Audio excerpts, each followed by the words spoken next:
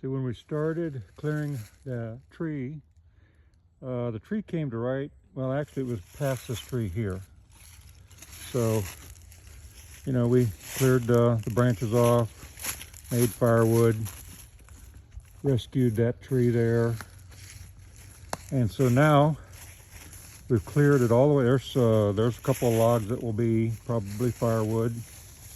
There's the tractor, which I used to pull those logs out of the woods.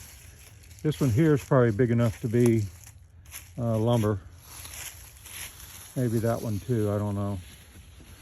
Anyway, what I used was my Husqvarna 272, which is a 70cc absolute beast. It really loves to chew up wood. That's a peavey. The peavey, as you can see, has a, well, I guess you'd call them legs and a hook, and that allows you to lift a log, position it, hatchet, and tape measure to measure off 6 feet logs. And then so we've cleared it all the way back to here.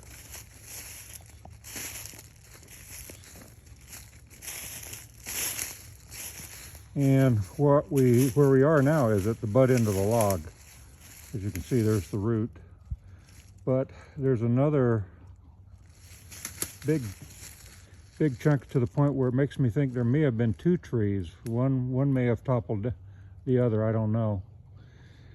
We'll see when we get it all cleaned up, but it's getting there. And so now Mike and I have worked most of the afternoon.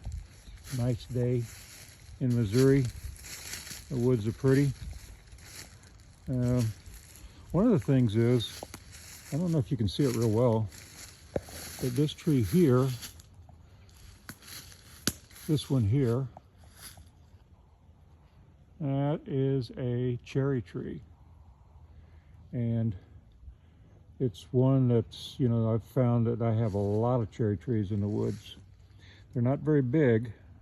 They're not as big as the ones on the east side of the house. I'm not really sure why. I think it's the difference is the ones on the east side came from a tree that we planted years and years ago.